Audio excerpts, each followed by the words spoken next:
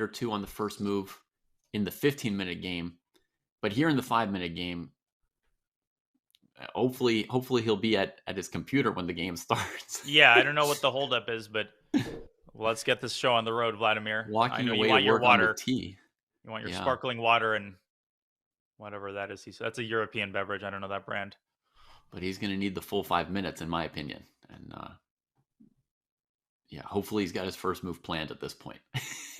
It's a nice purple sweatshirt. I mean, Love it. got to get your 10,000. Oh, never mind. Los Angeles Lakers.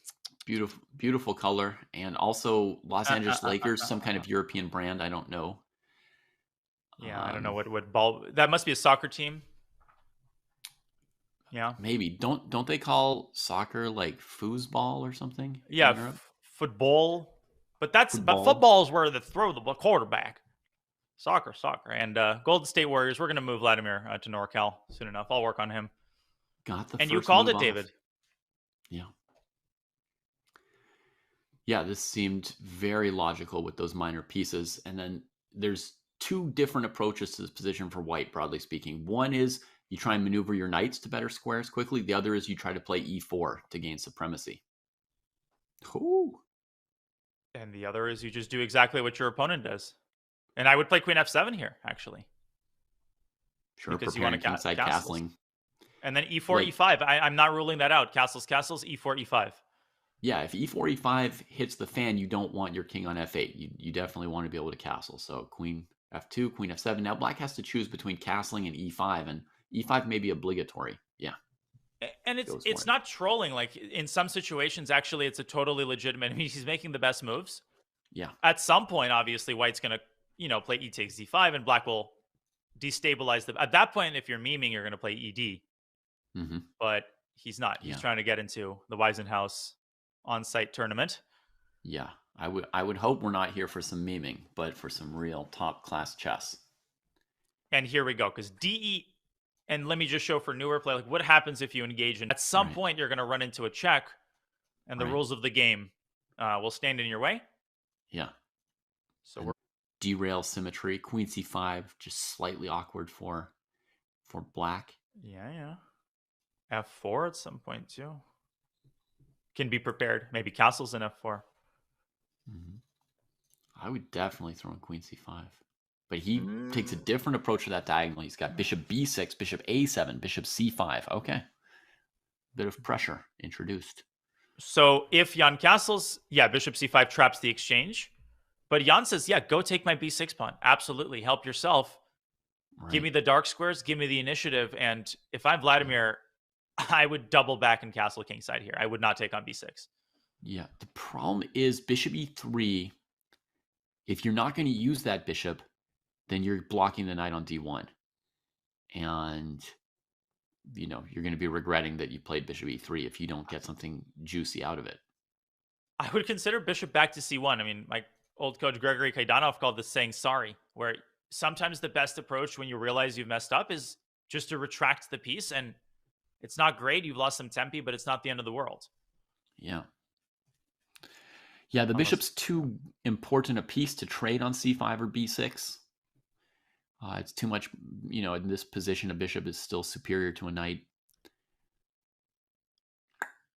Talk about potential energy, right? This bishop on b8, it's going to be a beast the moment white castles kingside and black finds the right time to play e4. Okay, he tries to solve the problem. Get rid of that knight on e6. Get the bishop to c5 after all. Great move by Fedoseev. Yeah, I think he can castle. Recapture on e6 with the rook. White is worse, but he's limited the damage. He's limited the damage of bishop e3. Yeah. Yeah, I agree with you. He found the solution to... He still has a tempo with castling kingside. But yeah, the damage has been limited. Good solution. Castles, e4, fe. Okay, bishop c5 first to, again, clear up that e3 spot for the knight. Yeah. But conversely, you're giving the rook the lift potentially to h6. So that has to be factored into your calculus here. Yeah. As a matter of fact, it's tempting to play rook h6 now. Yeah. F6 he goes. Preparing E4. Okay. Looking for some pressure there. Okay, so knight e3 walks into e4. And by the way, this is why he put the rook on f6, because if not, then white would have been able to meet e4 with f4. Yeah. Okay. Crazy line already possible, Daniel. This is how I look at things. You look at knight e3 anyway. Let's see e4. it. Mm-hmm. And then you trade on b6. Sure. Say the pawn takes. Then you go knight takes d5. Uh-huh. Queen takes d5. Bishop takes e4. And the idea is like maybe you're going to have bishop h7 or bishop d5 next move. Problem is there's mate on h2. And so it's just no good here, right? Nothing to be done. So he's played knight e3 though. He's Great call. Anyway. And of course, like you're trying to illustrate the concepts. The fact of the matter is this is a double-edged sword. This pawn formation, the center. Yeah, congrats, you control the center. But because you don't have that pawn on c6 to hold it together, you constantly have to keep an eagle eye on the d5 pawn. Bishop to d4. Bishop d4 has been was played, his idea. Inviting rook h. He's like, yeah, please get your rook to h6 so that I can play f4. Oh, yeah. And then the knight will be on the blockade square. He says, no f4 for you. I'm going to put a rook on it. Stick a fork in it. The second stage of my plan, Danya, was to go like bishop c2 in a position like this. And then when black goes ef3, I'm playing like bishop takes b6, knight d5 there, opening the e file, and I've got bishop b3 ready. I really like that maneuver.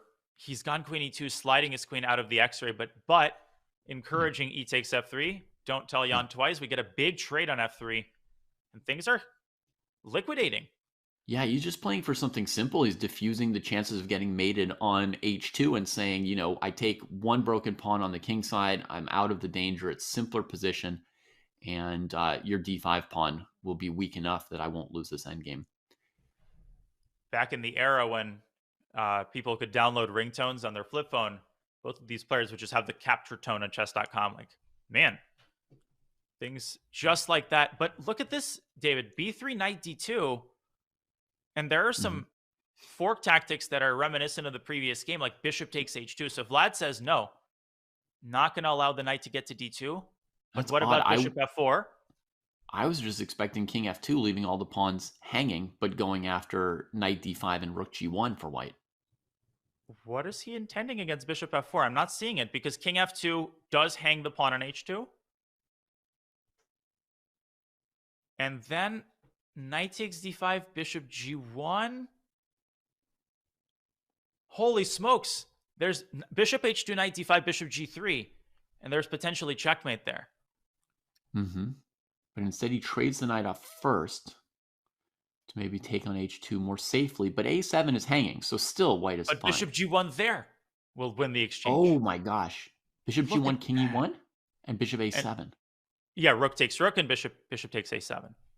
Oh my goodness. Let me show. As a matter of fact, even bishop g3 is winning. And it's even simpler because this is the mate I was talking about. Just like that. Uh-oh. Okay. So what's the move here? Is it f4 trying to play against the bishop? f4 is plausible. There's also very slow bishop c2 to b3. Your idea from earlier. 1 minute. I think Vladimir might have forgotten about that pawn. He didn't have something prepared here. He's in trouble. But goes with f4. Okay.